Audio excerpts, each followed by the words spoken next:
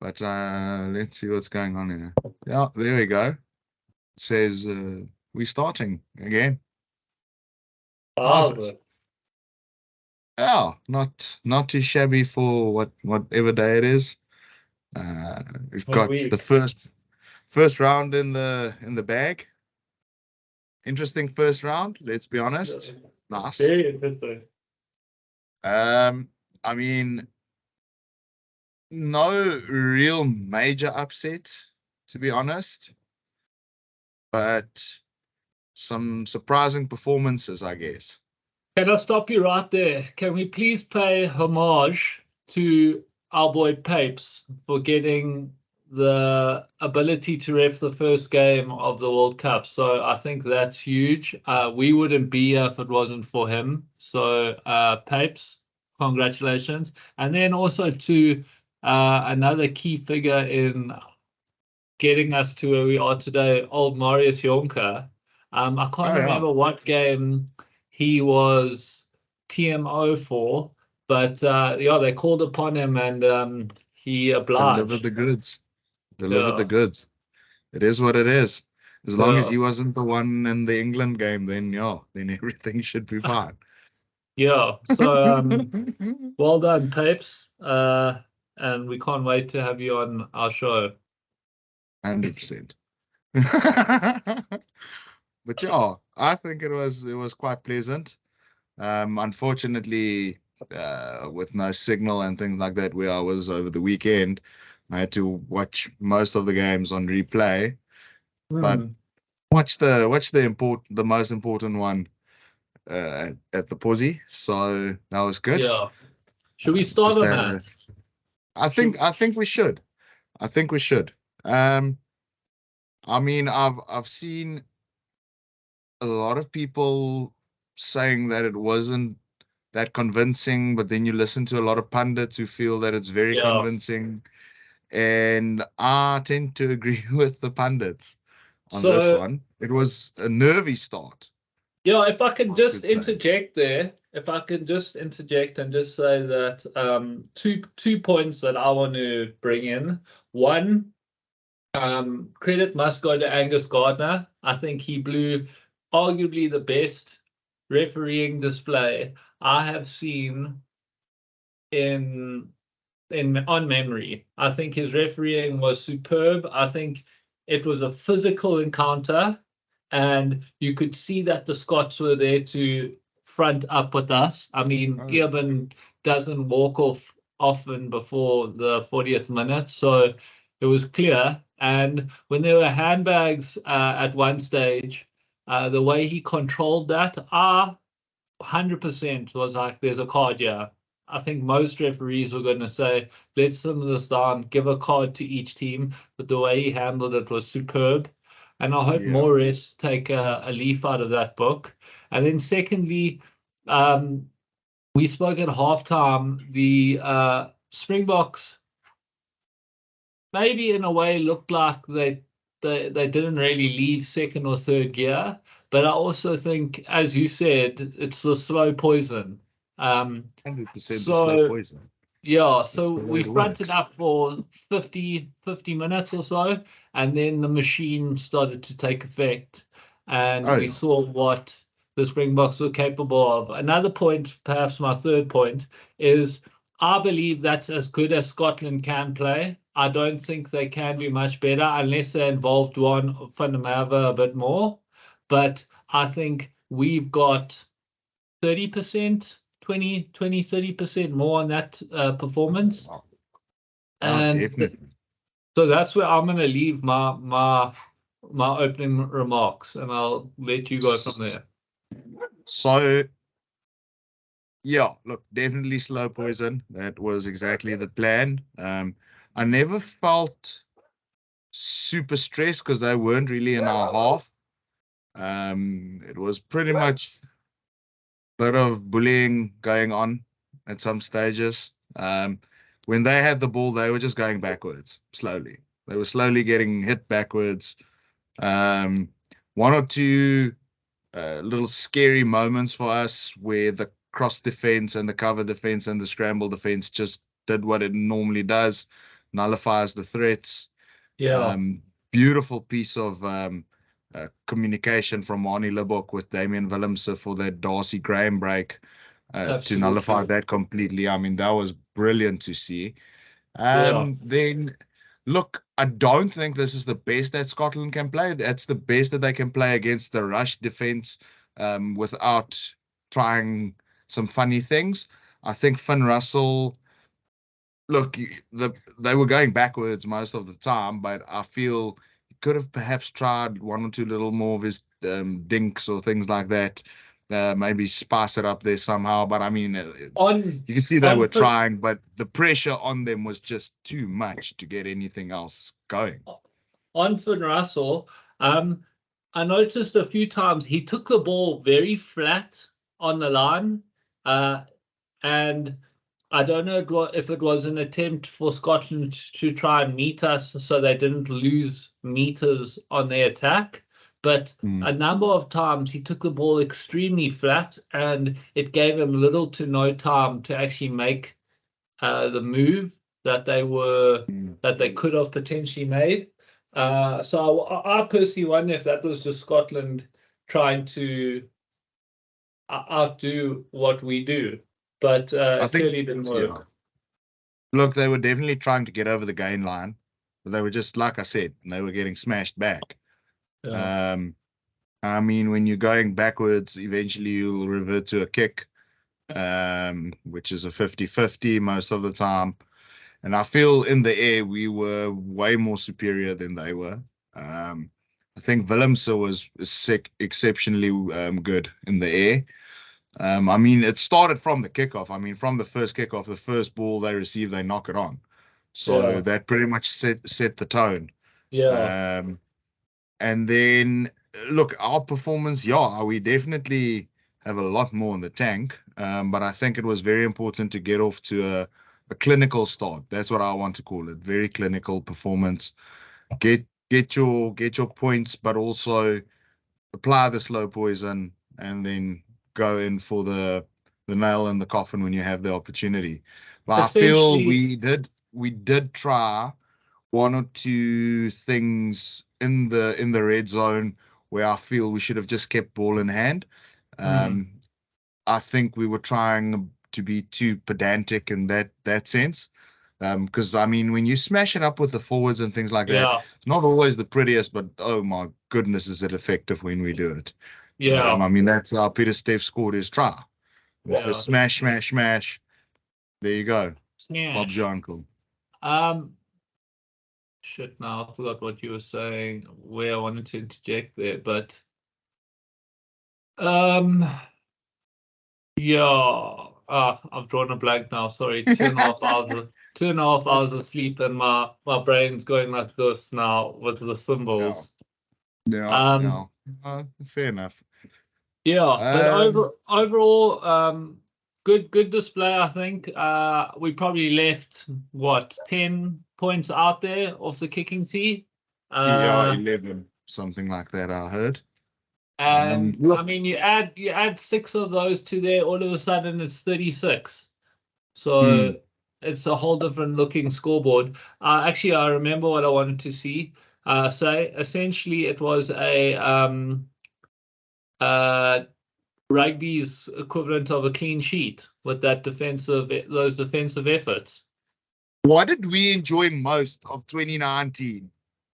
How many tries did we concede after the first round against New Zealand? Few. Very, very few. Very few.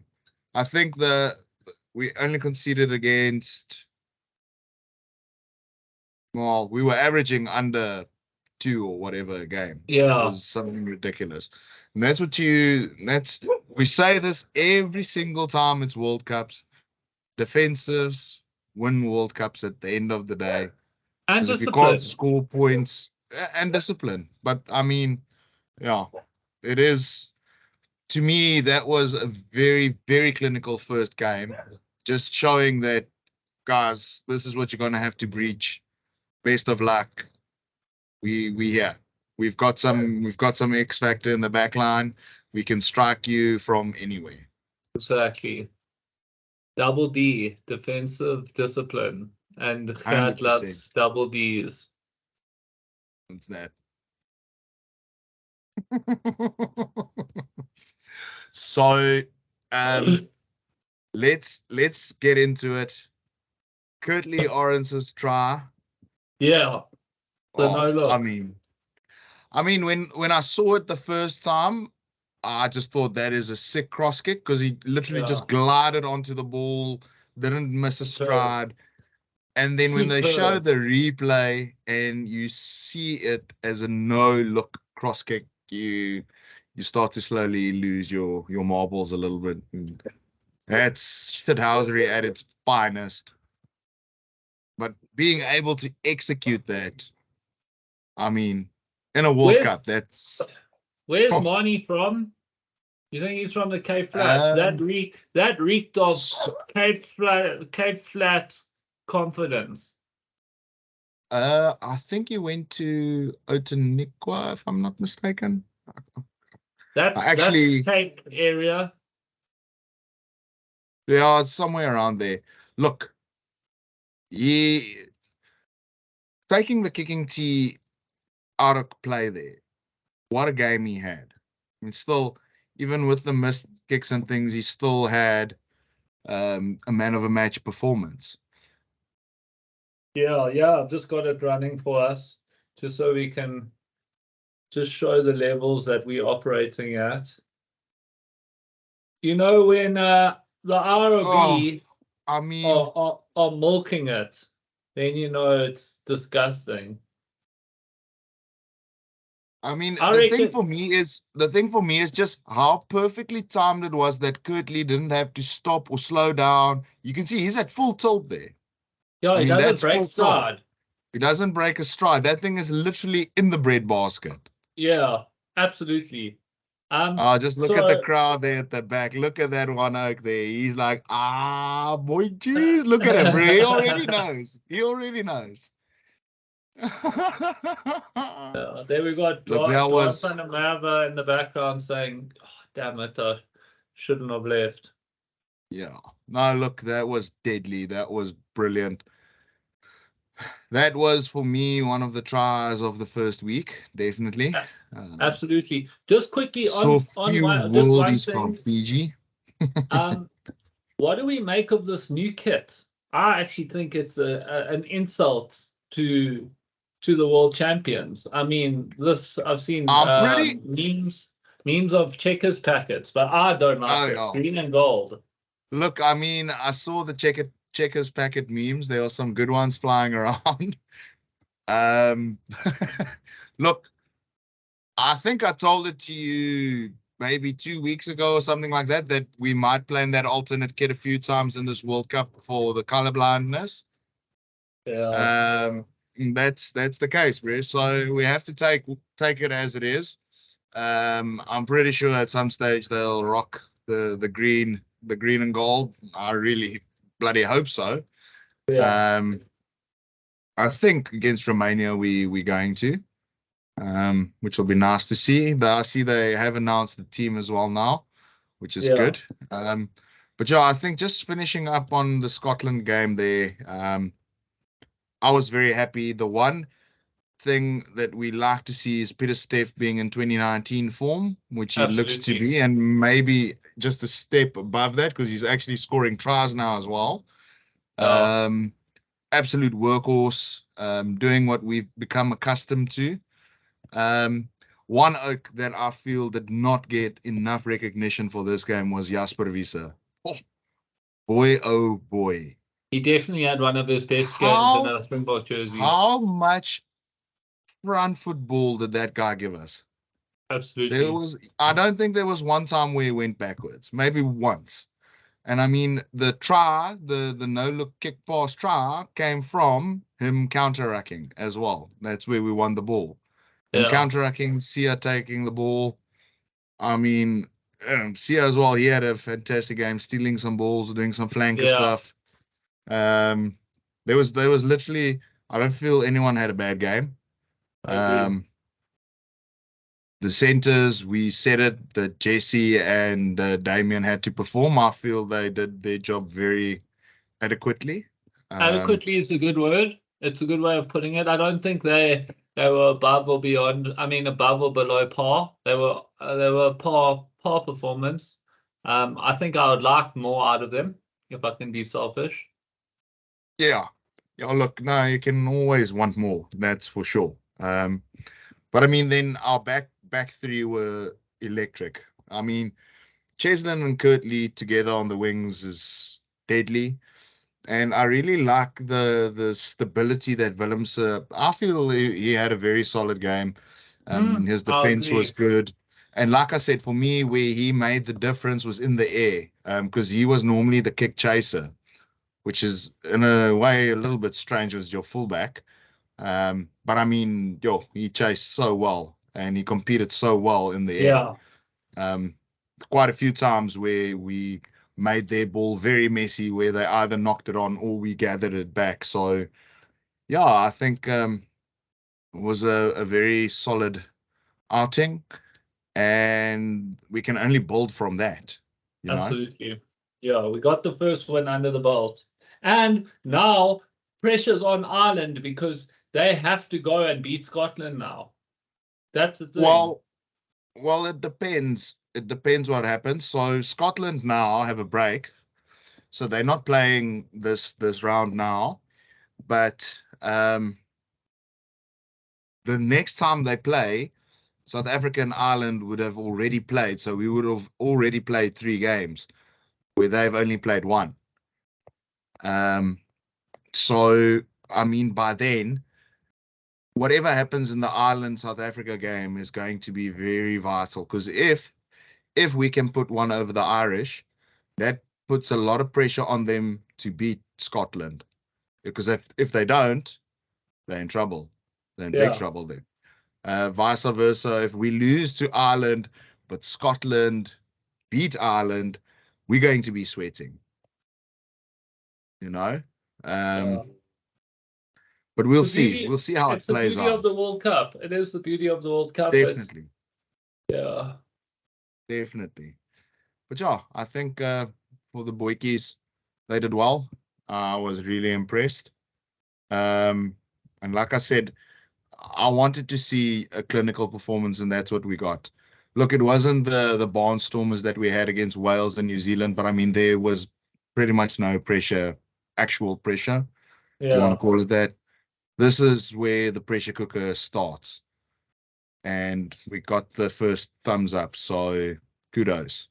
Yeah, and now we've got. So should we draw the curtains on SA versus Scotland there? I think we can. I don't know if there's anything else you want to raise there. Maybe just Archia's sick hands. I want to do a Rassie Erasmus and raise my red light to say we're done now with that segment. Yeah, I can see the Oaks are going mulligan about that. Who cares? Why can't you use a light? There's nowhere in the rules when it says you can't use a light. What do you think it's for? Do you think it's just a piss take?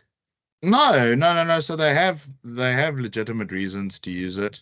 Do you think it's like if they look at the thing and they want to make a decision on the field and they're looking in that direction, he'll be like, shine the red light. We don't want to do that. We want to do something else. What Jock Nienaber's explanation was is he called it almost like a robot system where it's more for the medics and the guys on the field, so that the information gets fed through from the medics to the guys, and then from the top there they'll shine a red light if it's serious. If it's amber, it's give them a few minutes, let's see, and if it's green, it's all good. Why can't they hear what they're saying in the radio? They said the noise in there was so loud that look, it's just another way of communicating at the end of the day. I think that's why we're the best in the world. Innovation. Yeah. We try different things, and Oaks get upset because they didn't think of it or whatever. I don't know. Innovation that excites. I don't know what slogan that is. I mean, if you're focusing on our lights, then it's working, because you off your game. Like, why are you focusing on our lights? Focus on your own game. Yeah. Simple as that. Don't get distracted. So we can draw that nicely to a close. We'll put a stamp on that. I've then got a question for you. So, your game of the weekend, Sure. other than SA Scotland. Wales, Fiji for me. Okay, well, on that note, I'm just going to, in the background, just share these. Are you? I think we had this chat probably about 2 years ago or something. Yeah. When South Africa went out of Super Rugby. What did we say? We said, give it time. This is going to hurt the All Blacks the most out of all of the teams. I recall. Because they are not playing our physicality week in, week out in the start of the year. They're only getting us now in the test matches. Australia can't give them the same physicality that we normally did. Yeah. And their team's same story. I feel that definitely has an impact. Because I mean, it's strange to see them, their discipline. I mean, their discipline goes out of the window as soon as they start getting dominated physically. And when they put on the back foot, you're right. So is that maybe a cause? Yeah, I really do think it is. Well, we said it. So exactly. it's true. Is this the blueprint to win them? The blueprint was always there, but I think they were more used to that physicality. Whereas now they're not getting it as much. And especially the younger players, you can see when they come on, the younger guys, they have no idea what to do. Yeah. It looks like they're being fed to, I don't know, being led to the slaughterhouse. Because when a South African rugby player, and this sounds biased, but it's from the eye test. When a South African rugby player hits you, you know you've been hit. You can see there's pride in contact, and it's a part of the game where I think Jacques and Rassie want to dominate because there's a psychological aspect to it as well. And no, for sure. And it looks like, especially the other day, when I went to go watch them live, the New Zealanders looked like schoolboys at times when it came to contact.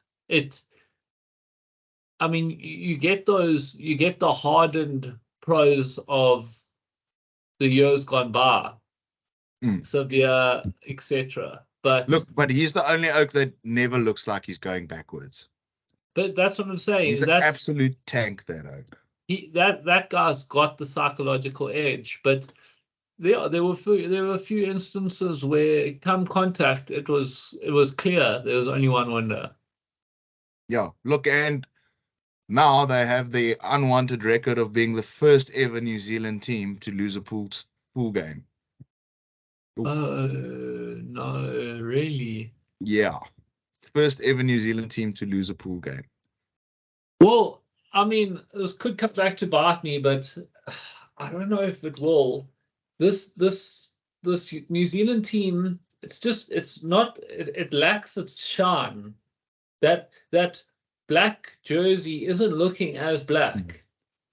You know what it lacks? It lacks mongrel. Not seeing any mongrel in there. I forgot it. Yeah, Karen. It's who's their flank? Shannon Frizzell. Shannon Frizzell's their mongrel. They don't have him at the moment. Yeah, he was the Jerome Kano replacement, who's always in the faces of the guys, being the Gary enforcer. Collins, Scott Barrett tries to play that role as well. But I mean, yeah, it just looks disjointed. But I'm still very, very not scared, but what's the word that I'm looking for? Hesitant to write them off at all. Because I just feel that they can't be this bad.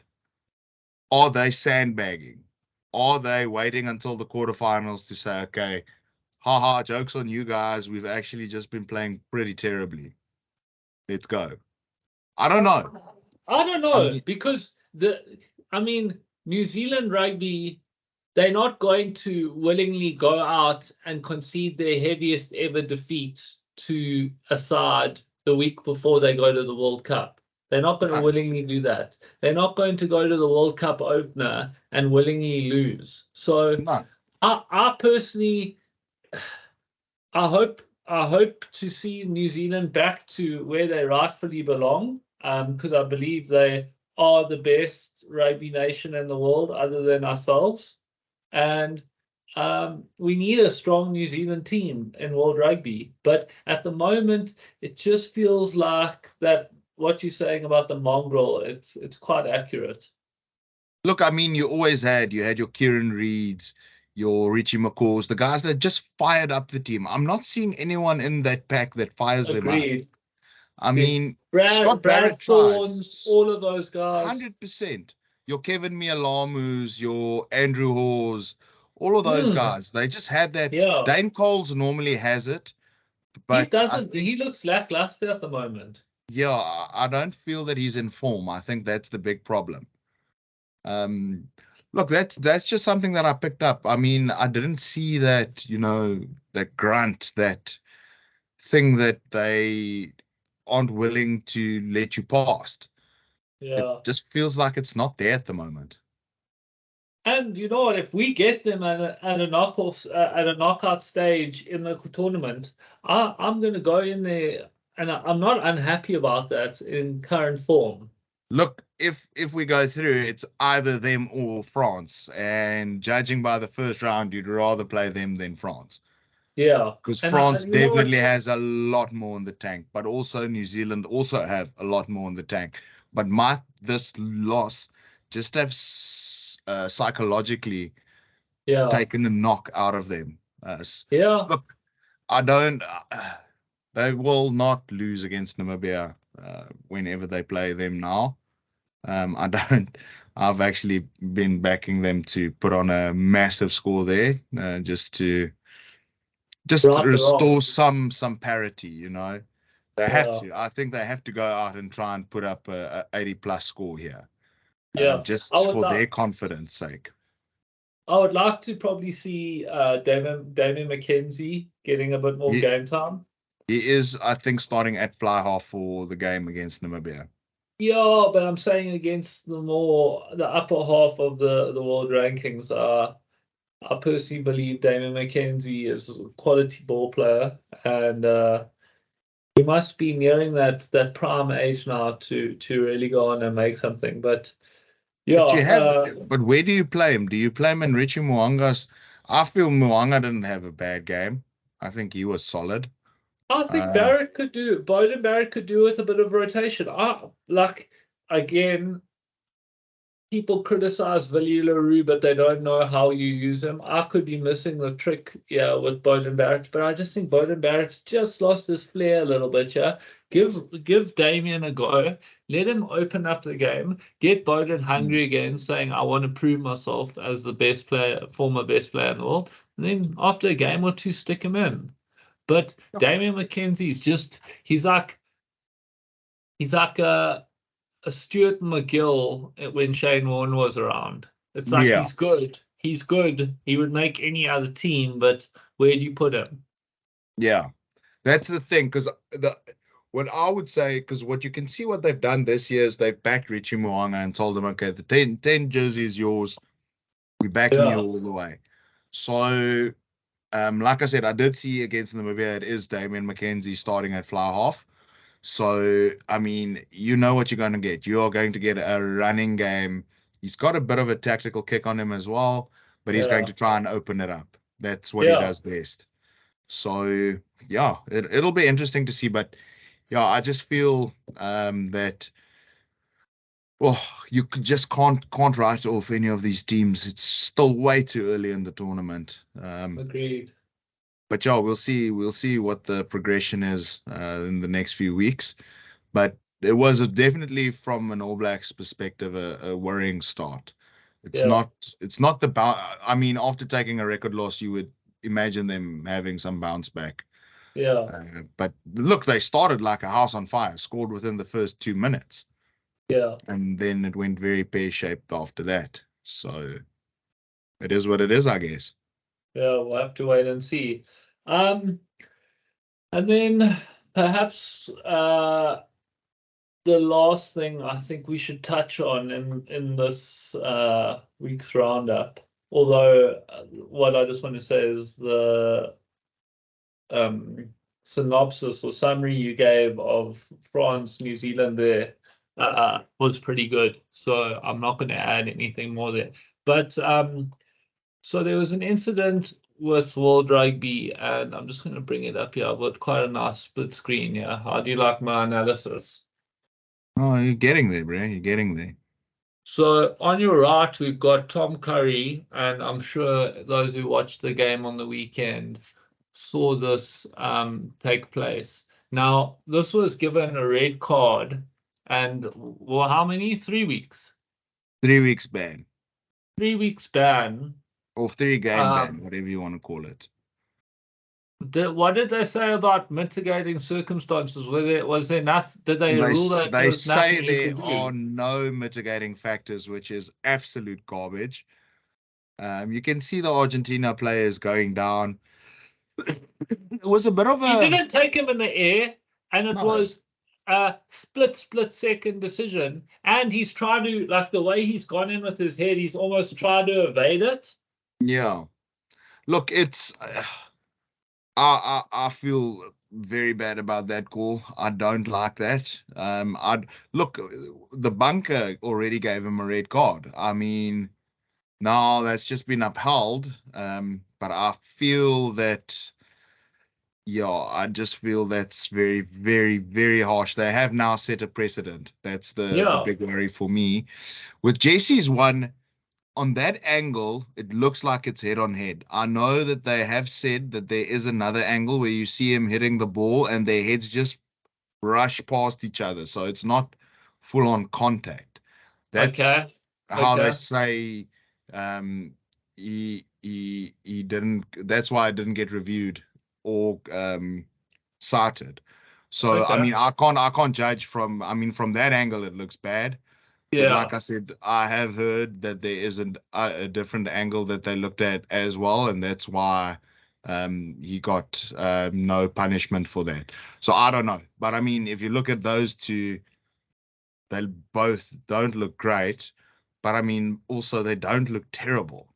Yeah. So I mean, you essentially in want the to England laugh at game, that. Sorry. You want to laugh at that.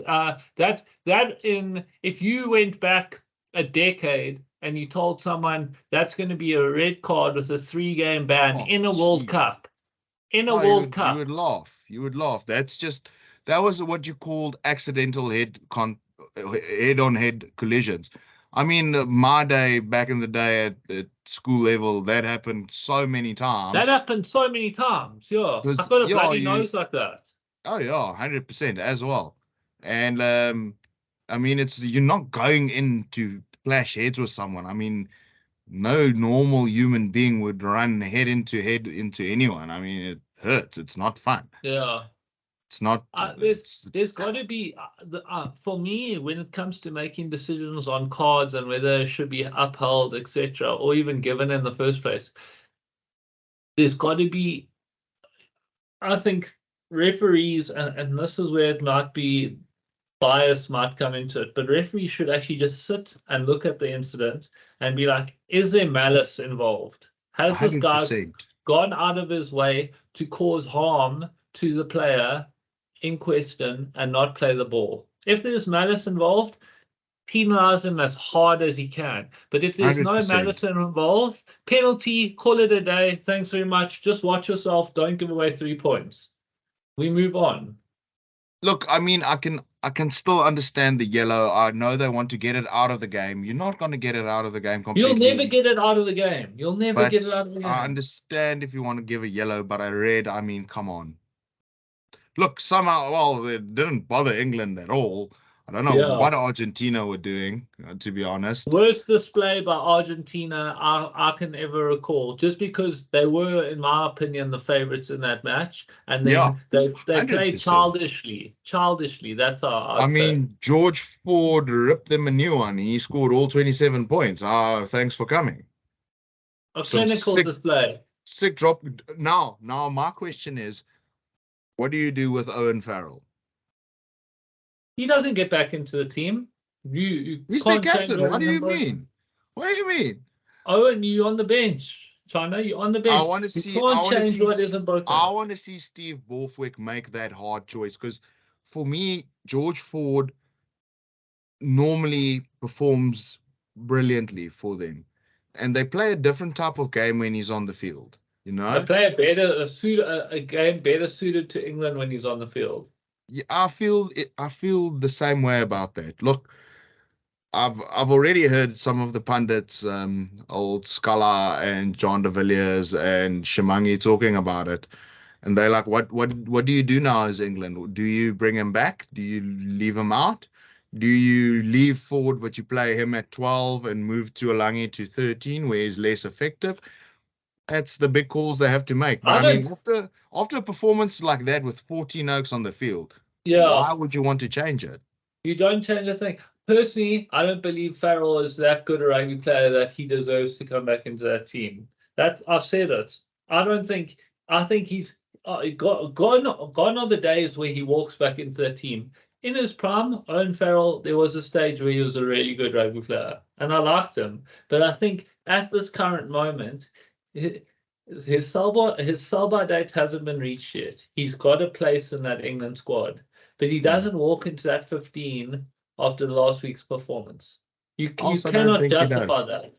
No, I 100% agree with you. I 100% agree with you. But look, that's England. That's their worries. I don't care. I'll be very honest. I actually don't care. They can play Marcus Smith at fly half, George Ford at inside centre, and Owen Farrell at outside centre for all that I care. And the But king. yeah, probably. That I might be a bit brittle. But old. But yeah. So, yeah, I mean, I just want to see some consistency on the calls. I really hope that that precedent hasn't now been set by that card to Curry, because then we're going to see a lot of red cards. And then I want to give kudos to, like you said, Gardner for our game. It Yeah, was good, yeah, but I still believe there was one call. I like it when the on-field refs make the call. Don't leave it to the TMO. They watch it on the big screen. They're like, that's my recommendation. I'm going to go with yeah, it. I like that. yeah. Be concise, make the decision. I'm all for that. But the Finn Russell challenge on Kirtley was late, was no arms. That's Yes, that's the thing for me is I know it wasn't that dangerous because he didn't hit his head or whatever, but it's yeah, still a no arms late yes, tackle. yeah. That's foul play. That's a yellow card. I mean, that's the only decision that I wasn't too happy about. But also, it didn't bother me at the time. I liked it because I also thought maybe give him benefit of the doubt. But I mean, when I went back and I'm like, well, can't actually do that. Like Yeah. that's pretty much a terrible tackling technique. But Um, yeah, he's got a book into tackling school. He can sit next to Owen. yeah, it would be nice. But I mean, Finn Russell isn't that type of player as well, though. He's not Yeah. known for making bad hits or anything like that. But Um, overall, he let a rugby match be a rugby match. You oh yeah, when your parents say to you, "Hey, Frikkie, do you want to play rugby?" and you're 9 years old, you say yes because I want to tackle guys and score tries, and I want to get physical. And yeah. that's what he let the boys play. He let the boys play. No, That's 100%. basically. Look, I'm all for letting the game flow. Look, uh, this World Cup is suiting us as well because it's being slowed down, as everyone will say, like with these water breaks and things. So everyone moans like, "Oh, we make the game so slow." Now with the water breaks and everything, no one moans, and now the game's made slow. So I mean, nice guys. By a donkey. I donkey buyer. Yeah. Look, I don't know if you quickly want to maybe run just through the starting lineup for the Romania game. Yeah, let's do Um, 5 more minutes on Romania and then and then yeah, I think we just do the Springbok. I don't care about the other teams. I don't even know if any teams. can we even pronounce the team names in the Romanian team? I'll be very honest. I don't know. I haven't actually seen their team. It wouldn't have helped me to look anyway. I don't know. Yeah. So I've got the I'm not team going in to front of try me. and make as if I have any idea who their players are or anything like that. Yeah. I haven't followed them at all. Yeah. So, yeah. So call it out. You've probably got the team in front of you, and we always like your sultry voice calling out the players. So go Yeah, for look, it. let me just quickly open it up here. Where was this? Oh, you see, so many. Let me rather use this. Okay. Three scrum offs in the lineup though. I'll just beat you to that. So, okay, we've got the starting 15 here. At 1, we've got Oxen Chair. Four scrum offs. 2, we've got Bongi. And then number 3, we've got Vincent Koch. Happy for him to get a start here as well. The Incredible Chin, whatever they call him, Mr. Incredible. Looks like that oak. Then we've got John Klein and Marvin Ori as the locks. Happy. Was to be expected. I think Klein will have a big game. Gotta love this loose trio, eh? Marco van Staden, Eskom, sit jou ligte af. Quagga, Smith, and then also Dwayne Thormelen. Oh, looking forward to some bruising there from Van Staden and some big runs from Quagga. Maybe a sensational try somewhere along the line. Yeah. Then Kobus Reinach at scrum half, Damian Willems at fly. Then at center, we've got Andre the Giant Easthuizen and Kanan Moody. That's going to be absolute fire. Makazola Mapimpi and Grant Williams on the wings. Excuse me. And then Mr. Willie Leroux at fullback. I think that is a very attack-minded lineup, and I think that's exactly what we're going for here. I think we are going to go and try and replicate what Ireland did against these guys. Yeah. On the bench, we've got. I mean, this bench is exciting as well in some weird type of way. Yeah. We've got Dion Fourie, Katsoff, and Clever Trevor. And we've got Ergius Snyman and Jasper Wiese as our forward replacements. So no 6-2 split, no bomb squad for this one. Yeah.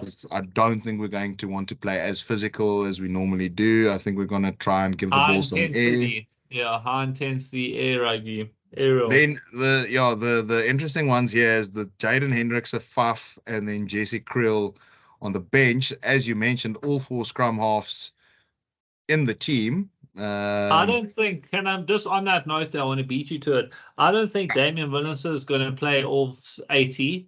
So who do we think? And I don't think they'll play Faf if they can help it. So what do we say? Jaden Hendricks to move to 10. No, I was actually going to go with Faf coming on and playing 10. I'll be honest. I heard that, but I don't know if that. I think Faf they're going to keep Faf. They won't play Faf if they don't need to. They'll milk because remember, one of the scrum offs are going to get injured out of the group stages, and Andre Polo is going to come back. So the conspiracy theories coming through. Oh my gosh. Yeah, look, I don't know. Oh geez, look, I just think when I look at that, I mean, they will want to play Jaden, give him some time as well at He's 9. got 30 to 40 in them. Yeah. I'm just trying to think here how else you can shift this thing. Willie to 10, perhaps. Yeah, they said he's played some of the Japan League this year at 10. But I mean, again, I think they might just like for shits and giggles put Faf at 10 just for in case we get a Lebok and Willemse injury. What do we do then? You know? True. Yeah. Because we know Willie can, but what if we don't have a fullback and then no, I don't know. Maybe, but I mean, we'll see what happens. But yeah, there's incredible versatility within our team. And my closing thoughts on SA versus Romania is I'm excited about the team. I think it's it's weird because if we played that team on a regular Saturday against Australia 2 years out from the World Cup, you'd probably be irritated by that. You'd be like, come on, what are they doing? What's the plan here? But if you do it in a World Cup, it's like, oh, this is exciting because there's still lots on the line. Oh yeah, no, 100%. Look, it's I still think it's not a bad team at all. I mean, I look at that, that's still a very bloody good team, eh?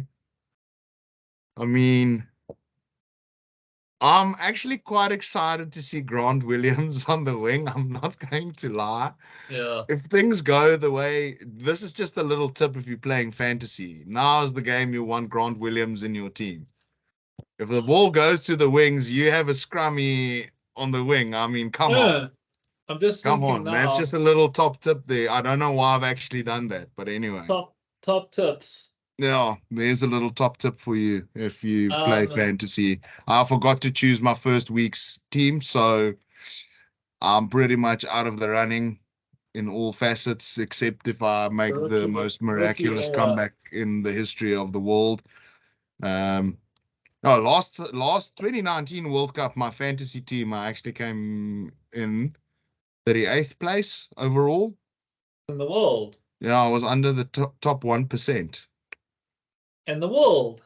In the world. Yes, that's why we pundits, because we know it. Also, just to show my level of punditry, I said books by 15 or more, and you were on it. You're on it. Yeah. Well done. So, yeah, look, I'm looking forward to this. I know it's the not so big teams, but I like still. I mean, the Springbok game is a World Cup. I'm still going to enjoy it. That's a guarantee. For sure. Absolute guarantee. Box by 50.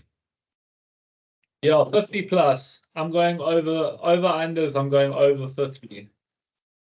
Yeah, as well. Yeah. I might actually relook at that pick. No, I'll leave it where it is. I don't think we like to put 80s on people. We're not like that.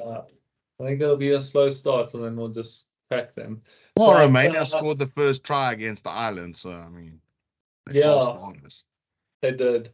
That was probably my most favorite moment of the first week, is when they scored that first try. I was like, when I watched the replay, I was like, oh, you guys, because I already knew the score. I'm like, you guys got minced, and then I saw them getting the first try. I was like, you guys actually led. Nice. Yeah, I was in the shower, and Mareka's like, Romania's just scored. And I was like, oh, what are we going to witness here? An absolute thrashing. But all right. As we say every time, I think we've checked all the angles. Yeah, I think we've checked more than enough angles for now. I think it's been a good one, as per usual. And I think let's just enjoy week number 2. Not as many high-profile games as the first week, but it's still bloody exciting. Yeah, get comfy on the couch. Check you next week. Have a good one, my bro.